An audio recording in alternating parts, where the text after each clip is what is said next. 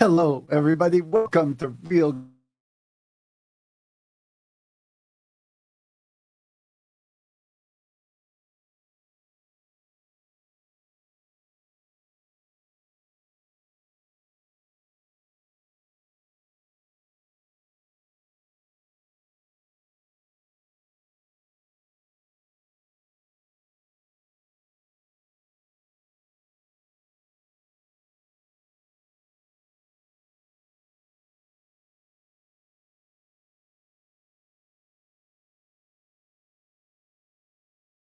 Today I'm gonna.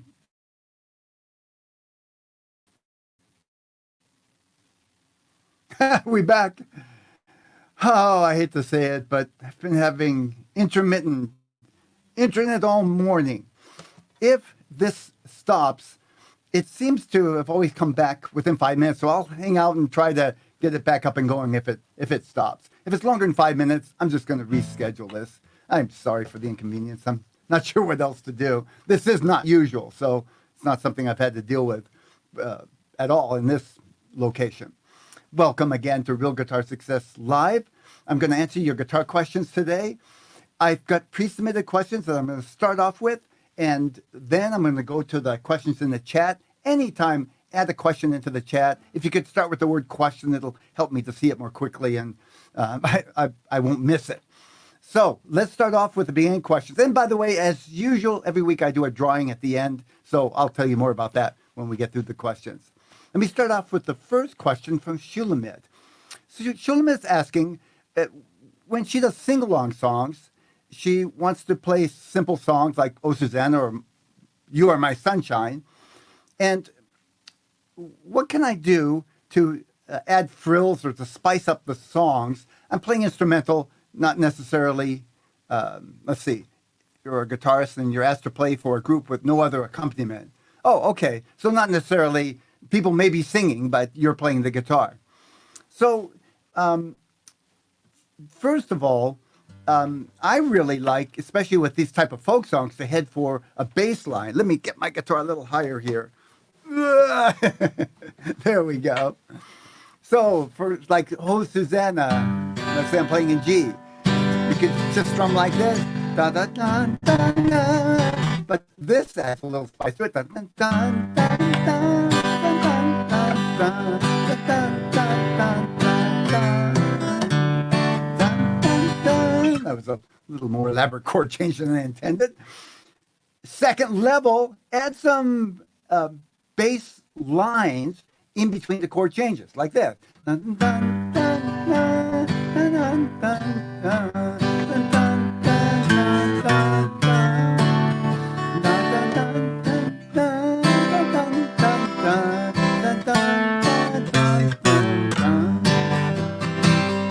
That was my interpretation of Oh Susana. Probably a little more elaborate than the traditional one. Those are my two go-tos, and I would experiment with that and try to get good at that before adding other things. You could add little riffs, melody riffs, I'll call them.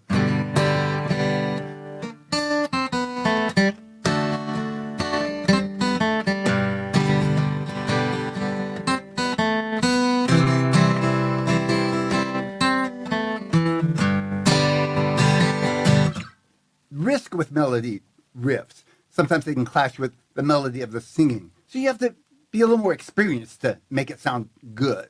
Doesn't mean it's going to be wrong necessarily, but you have more leverage or more leadway, I should say, with the bass lines. And that's certainly the place to start. Now, the other things I like to do is to add a few hammer-ons and pull-off. So here's a lick with a hammer-on pull-off.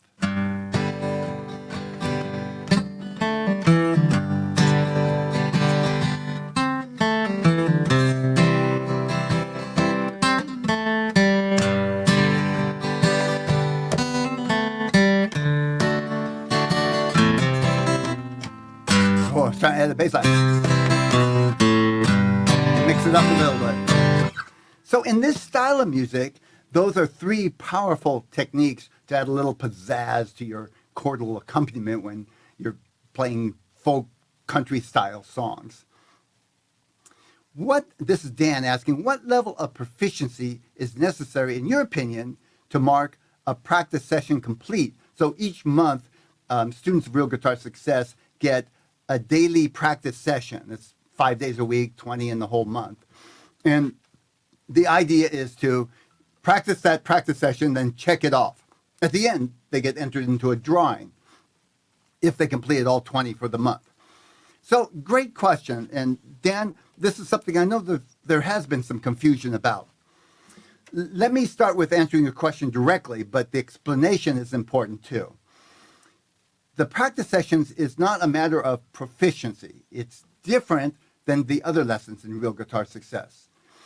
It is a matter of just spending 10 minutes, not how good you got at, 10 minutes, and then you can check it off. That means you've completed your obligation to get into the drawing.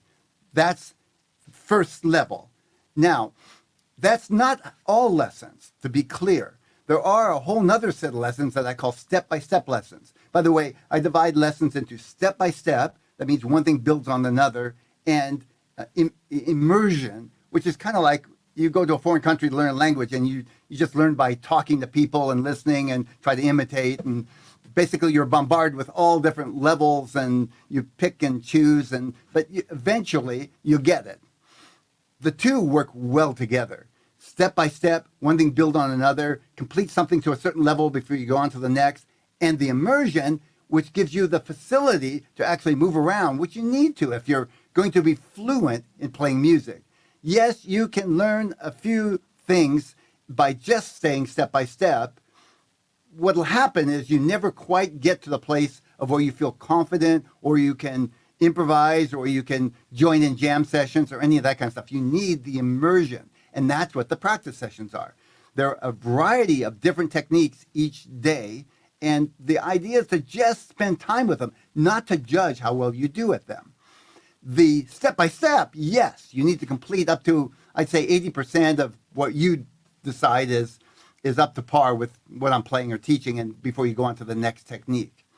So, again, practice sessions, not a matter of how good you do it, just 10 minutes, check it off, then you decide if it's something that you want to spend more time on. The next thing to do is to add that to bookmark it, or add it to your favorites is what we call it. And that means you can go to your favorites and work on it as part of your other practice sessions. In other words, practice the practice session for the day, 10 minutes, and then go to your favorites and work on whatever you think is best for you at that particular point in time.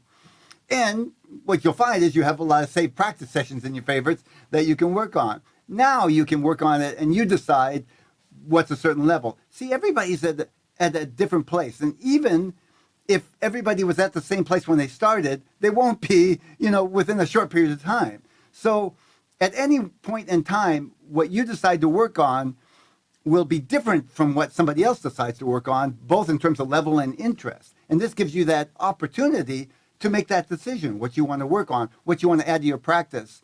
But at the same time, by doing the 10 minutes each day, you're being exposed to new techniques, to new material, to new ways of thinking. I explain things in there, and all that is building little by little, even though you can't always see it. So, important distinction. Not how good you get at it, 10 minutes, then you decide if you want to work on it more later, or if it's too hard, or if it's just not of interest to you, skip it, don't worry about it. I promise you, I will come back later and either introduce that same technique again, probably within a year or so, or something very similar to it, even in the meantime. So it's not your last chance to work on that. Try not to put everything in your favorites. Choose carefully, because you're not going to lose it. I'm going to come back at, if not the exact same technique or the exact same exercise, something very similar to it to practice that technique again and again. This is going to be an ongoing process. Great question, Dan. Thanks for asking and giving me the opportunity to talk about that. Rod asks, when you go buy a book, there are at best 2 songs you really want to play and or at the level or below your individual skills. Yes, I get that. I've always thought that all the way from when I first started playing guitar. Do you compose do you compose song tab books by request for sale? So I understand what you're asking. Do I actually take songs and write them in guitar tab and then sell them? And by request, meaning you tell me what songs. No, I don't do that. I just simply wouldn't have time. I'm not sure I have time for what I've already committed to, but I'm doing my best, and I couldn't add something like that to my offerings. And I understand what you're talking about because I've always had this issue. I want to learn some songs, and it seems like every book only has one or two songs I really like, and the rest are almost fillers, at least to me. Maybe somebody else wants two different songs. It's the whole issue with, publishing, and, the artists get royalty monies for these songs, and they're going to put only a few of the top paying royalty songs in a book, and not likely put all the most popular songs in one book. There are a few, and of course they usually charge a little more for those books with the most popular songs. And then of course you got the issue of some people like some songs and some like a different one. What can you do? I would suggest, Rod, there are a lot of lessons nowadays online in tab. And I would just search guitar tab for songs that you want. Do this. And this I've learned both from other people and from my own experience. Don't settle on just one tab. Try to find a few and compare them and see which sound right to you. The way I compare is I'll go on YouTube, find the song, play it, and compare the guitar tab, even just roughly kind of play the chords and see if it sounds like the song. It sounds right to me. Because people who are submitting those guitar tab songs are not all professional musicians. Matter of fact, probably most of them aren't. And they're not going to get it right. And they're varying degrees. Some are really good and some are really bad. So that gives you a chance. It's a good learning experience. You compare the song, the tab, with the song on YouTube, see how close it sounds. You can even play it for a while. It's all part of your education. And you'll little by little learn how to actually create your own tab in that process. It's a long process, but you're comparing the tab with the song and going back and forth, and little by little you're learning what it should look like and what it should sound like on your guitar. Okay, next question. This is Rogelio. When we change strings, is there something we can do to help stretch the strings faster, the new strings? So when you put new strings on your guitar, inevitably they stretch and you tune it up and it goes down. Usually what I do is I'll put my strings on the guitar the day before I really want to use the guitar. So at night, I'll put strings on the guitar, tune it up, maybe a couple times, and then let it set overnight and then come back at it again. That usually does it with a steel string guitar. With a nylon string guitar, that's not quite enough. I'll do the same thing, but the next day I'll get up early and start tuning it again. And usually I have to tune it another dozen times before it actually stays. Some guitarists I know will actually stretch the strings like this and then tune it up. So they'll spend, maybe 5 minutes stretching the strings and tuning it. I don't do that, but you might want to try that and see if that works for you. I've never busted a string that way, but to me, I just want to move on, and letting it sit overnight seems to work pretty well. Anything else? No, that's pretty much it. I think a good part of it is just accepting they're going to stretch and putting the new strings on, tuning it up maybe 2 or 3 times. Usually that does like 80% of the stretching, and then let it sit for a while, either overnight or several hours, and come back and tune it again. Just accept for the first few days you might have to tune a little more than you would normally. With a tuner nowadays, it's easy. It's not a big job. How do we get the bar finger to lay down on the fret first, or all together along with the other fingers to work towards all fingers coming down at once? So I understand what you're saying is the bar finger across the fret. How do you get it to lay down so when you put the other fingers down, well, I guess when you put the other fingers down, it tends not to lay perfectly flat? There's an age-old question. The one thing people struggle with the most, I'd say, in my 40 years of learning and teaching guitar, is bar chords. And that's the big issue, getting that bar chord finger to more accurately to sound the strings or to make enough contact with the strings you want so they don't deaden out some of the strings. Here's a couple of tricks. First of all, I think this is probably the most important. I'll try and go in order. First of all, when you make your bar chord, understand you really don't have to get the finger perfectly flat on the strings, because look at my fingers. These three fingers are pressing other strings, and it doesn't matter whether the bar chord makes contact or not, because they're covering the strings. The notes are coming from these three fingers. So if I play those three notes, I don't even need a bar. I need the bar for this one, and this one. So I'll actually slightly curve my finger, so I'm making more pressure there and more pressure on this side, as opposed to trying to get it to lay perfectly flat. The other thing I found, look at my left hand again, is that instead of flat like this, I'm slightly angling my first finger back just a little bit. And that actually makes it easier to get contact on the low strings and high strings. Try that and see if that way of seeing your finger helps you to make better bar chords. And that's what you want, right? Is bar chords, not really a flat finger. You want the bar chord to sound good.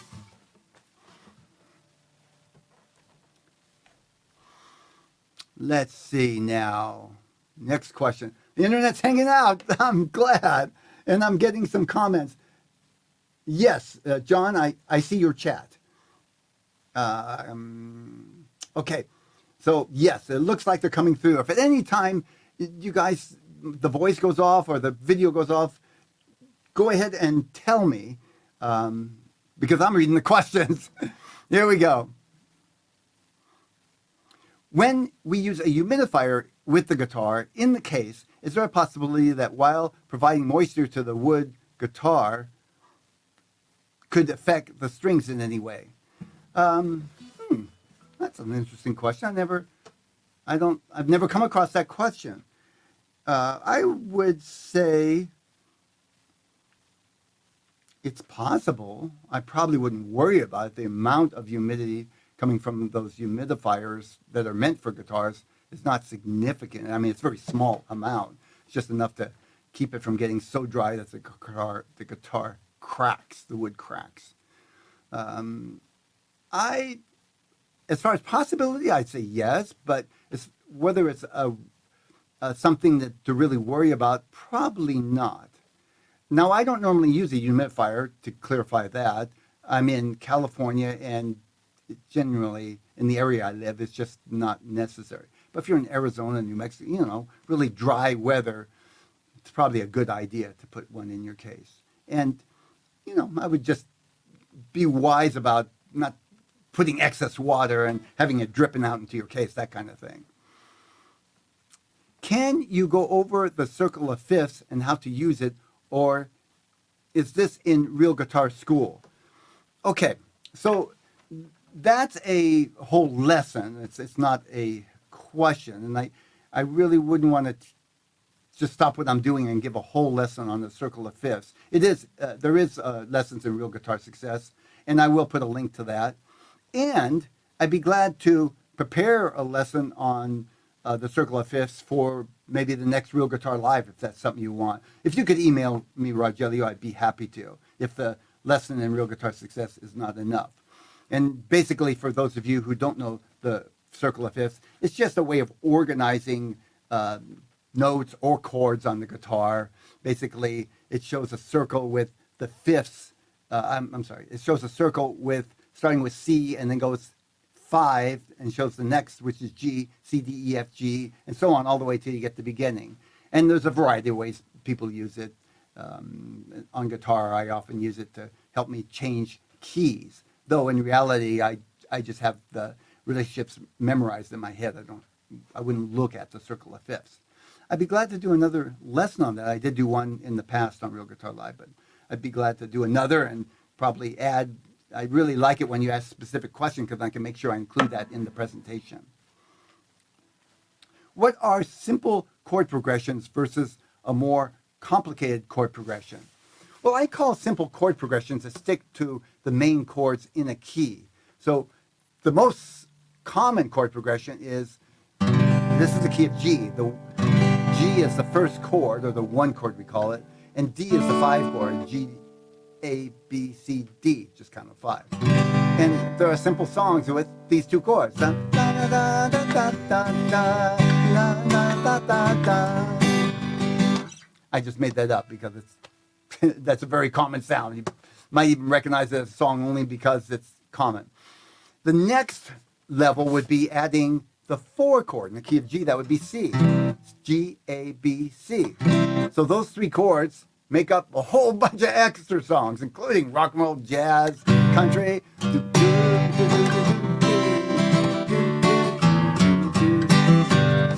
1, 4, 5 chord progression. Then there's a series of chord progressions that use 4 chords. I'll give you some examples. That's a 6 chord, 4, and 5. I took the 1, 4, 5 and I added the 6 chord to a common, classic rock and roll ballad thing. And there's maybe a handful or so of other progressions like that that are common. This is a common one. Oh, here we are.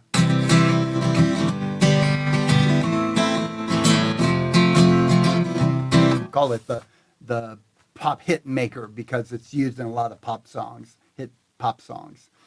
That was 1, 5, 6, and 4. 1, 5, 6, 4. And there is a lesson, several lessons on this in Real Guitar Success. So just for your information, I'll put links to that in the show notes.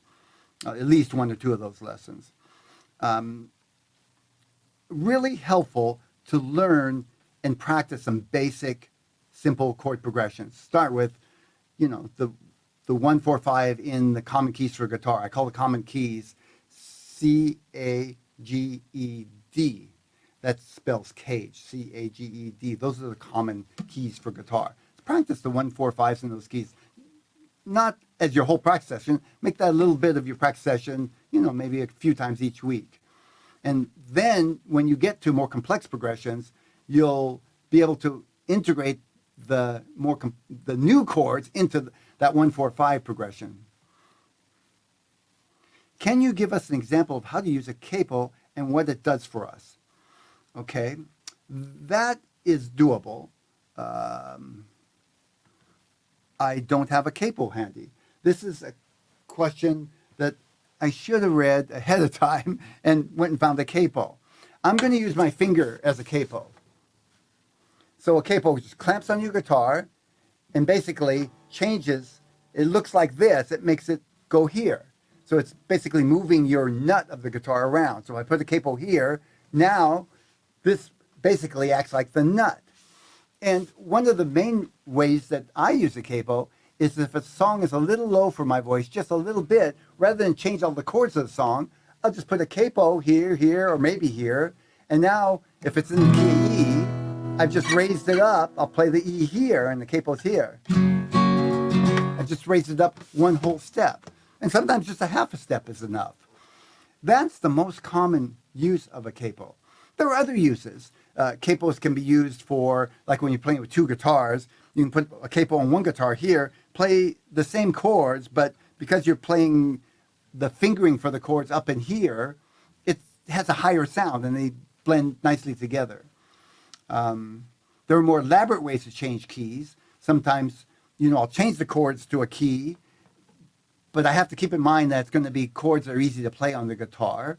And let's say I find a key that is just a little low for my voice, but it's still easy to play. I'll do the same thing. I'll put a capo on and play those chords. So I play a C chord, I put a capo right here, now I'd play the C right here. I'd play it like this. The capo covers what my finger was doing there. Okay, I think that's all I'll say about that for now. That's 90% of the uses of capos. Let's go over to the chat. We're going to answer some questions for chat. Anybody who came in after I started, feel free to add questions to the chat. I'll start from the top. When you add a question, if you could add the word question first, it really helps me. As a matter of fact, I'll put this on for a little bit. because I may very well miss your question if it just gets jumbled in with the comments. And we're going to start with Lisa. Lisa says, I'm wondering why the first, fourth, and fifth note in a key are all majors. Why can't it be the second, for example? Okay, great question, Lisa. Theory question. So what she's asking, I'm going to try to rephrase this, and I saw this question ahead of time, so I did grab a screenshot right here. See that? That's a key of C, and that's the notes in the C scale. On top, I just numbered them, right? The second note in the scale is 2. Nothing mystical about that. And underneath, I put the chords. Now, here's how it works, Lisa.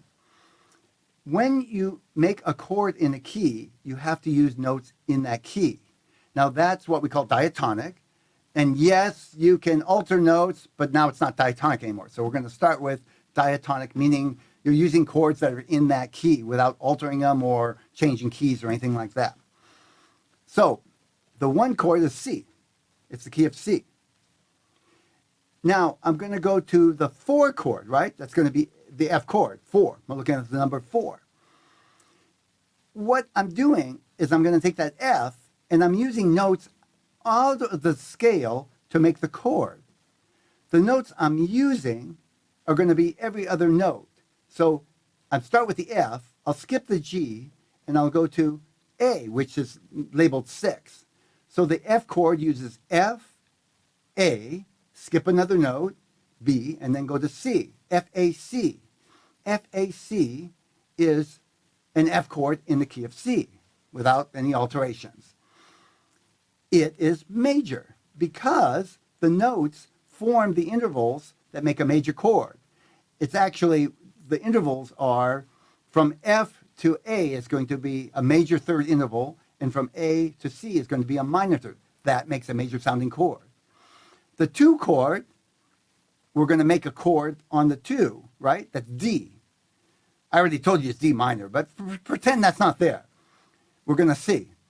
We'll take the D note, skip a note, and take the F note now. That's labeled 4. That's D, F. Now skip a note and go to A, D, F, A. Without altering the notes, that naturally falls a minor chord because from D to F is a minor third. You could count up on your guitar. Look, D, E, and that's that half note between E and F, right? That's a minor third interval. And from F to A is a major third. That's the definition of a minor chord. Minor interval and then a major interval on top. That's a minor chord. That's what it would sound like. D, F, A, D, D. I can't play it exactly in that order. I mix the notes when I play the chord that way. I've turned them around. But if I could play it all together, that would be a minor chord. I'm playing a D minor arpeggio so you can see the notes one at a time. And the same with the E minor, the same issue. You'd take an E, G, B, and that comes out to be a minor chord. The different one is the 7, which is a B. And if you do the same thing, you skip B, you skip C, you got to start over and go D, F.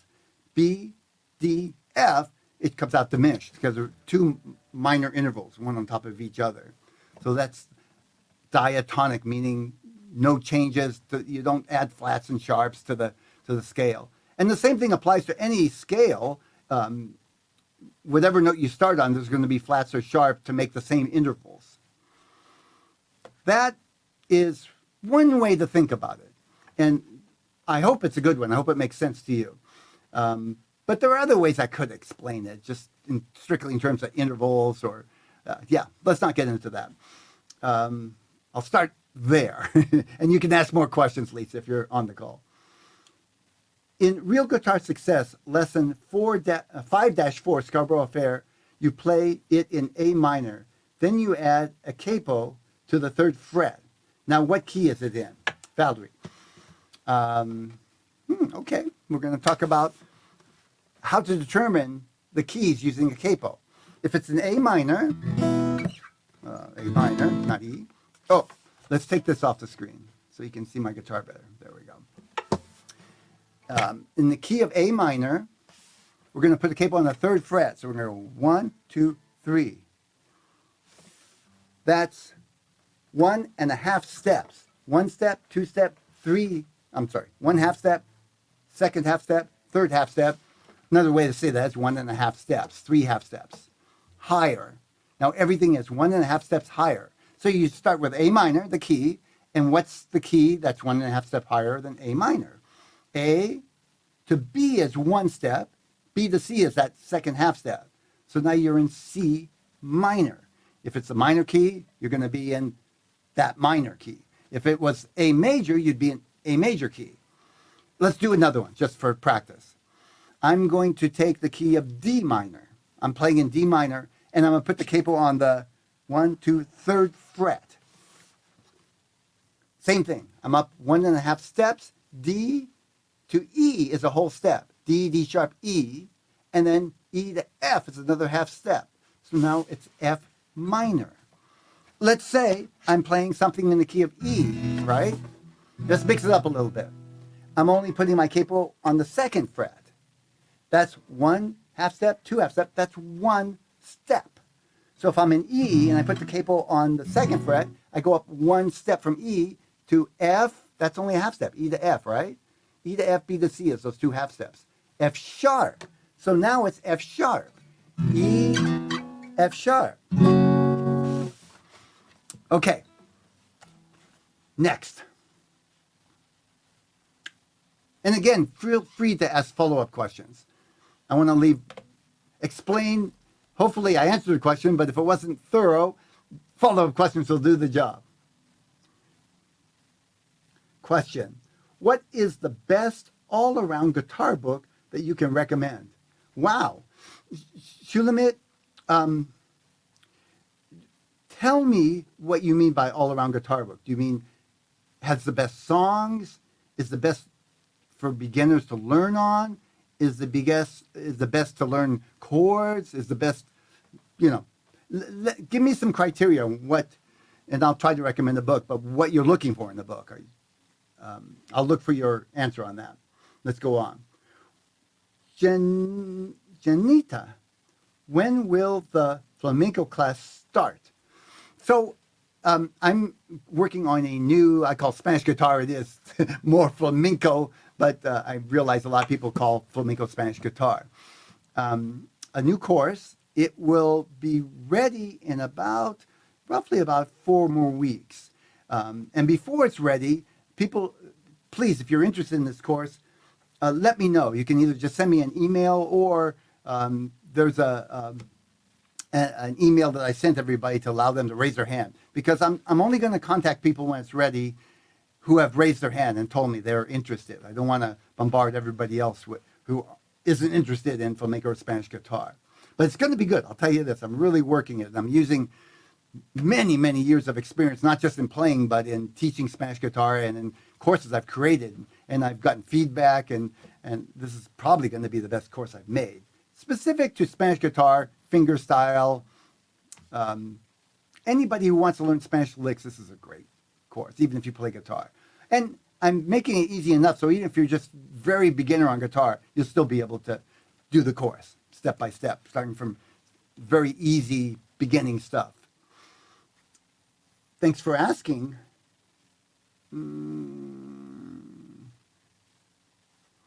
And it looks like, oh no, there we go. There are more questions.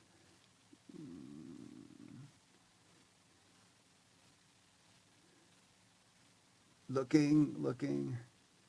Somebody asked, what is a key? Question, what is a key?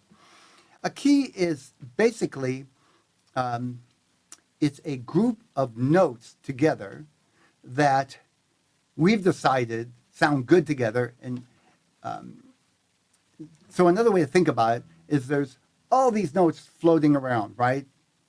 A flat, B, C. And you want to play a song. So you could just look at all these notes and start picking and see if the chord sounds good or the note if you're making a melody. But by grouping them, we narrowed down the choices and made it easier to put together something that sounds good, either for improvising or for creating a song, and it applies to notes and chords.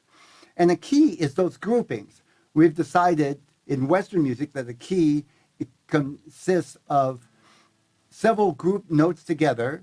The first note is the name of the key. So in the case of C, the group of notes would be C, D, E, F, G, A, B. C is the name of this key. You could also call it a scale, because if you play those notes, C, D, E, F, G, A, B, that is a C scale.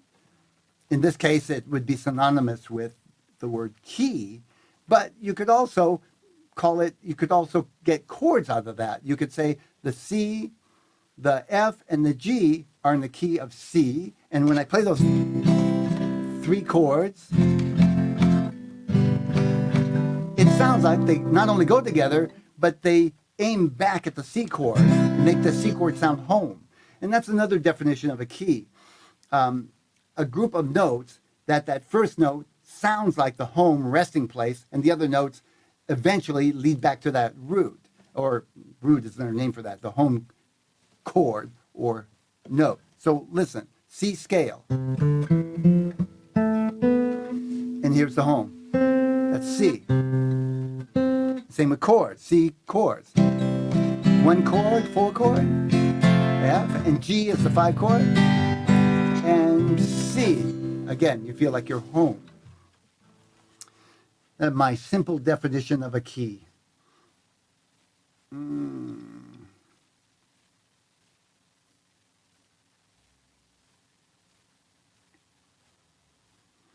So, Shulamit,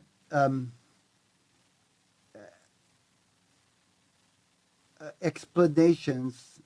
Okay. I'm sorry. Maybe I'm a little slow today. I understand you want a book that includes theory and explanations, but of what? Of like from beginning guitar to teach somebody how to play basic, simple guitar? Or are you talking about a theory book? Maybe a little more, and I'll give it my best shot.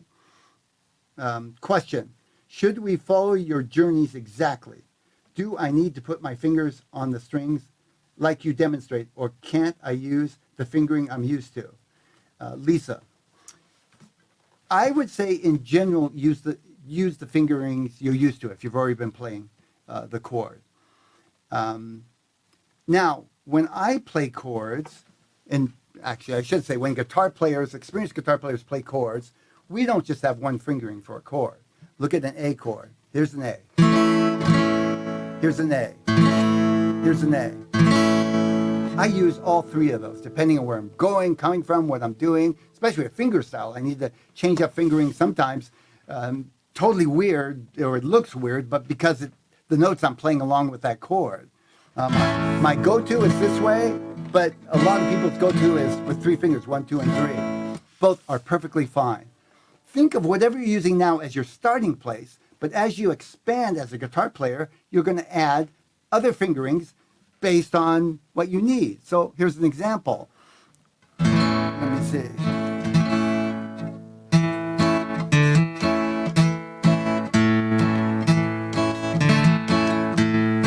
I need this fingering to make those bass runs. But if I'm just strumming, I'm going to use this fingering. But see, I can't really, with that fingering, very easily do that bass note, so I'll do this. Sometimes I'll play a flamenco-y guitar, and I'll use this fingering because I want to put this finger here. But another chord I use with the A is this. Very dissonant chord. But I need both these fingers free, so I'll finger it this way. Those are just a few examples of why I might use different fingering.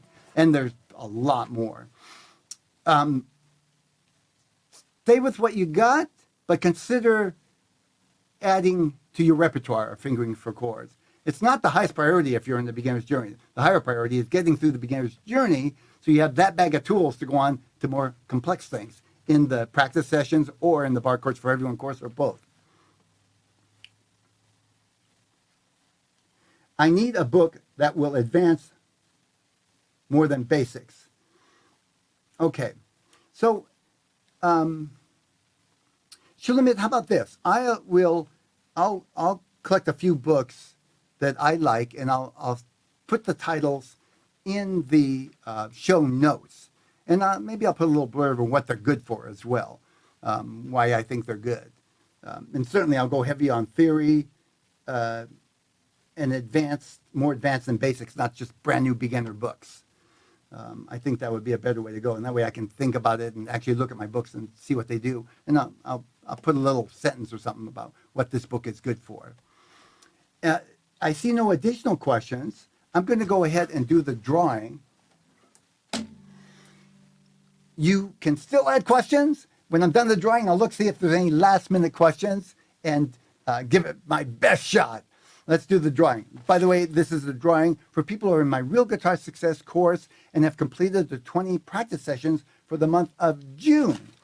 And I'm not looking. Here we are.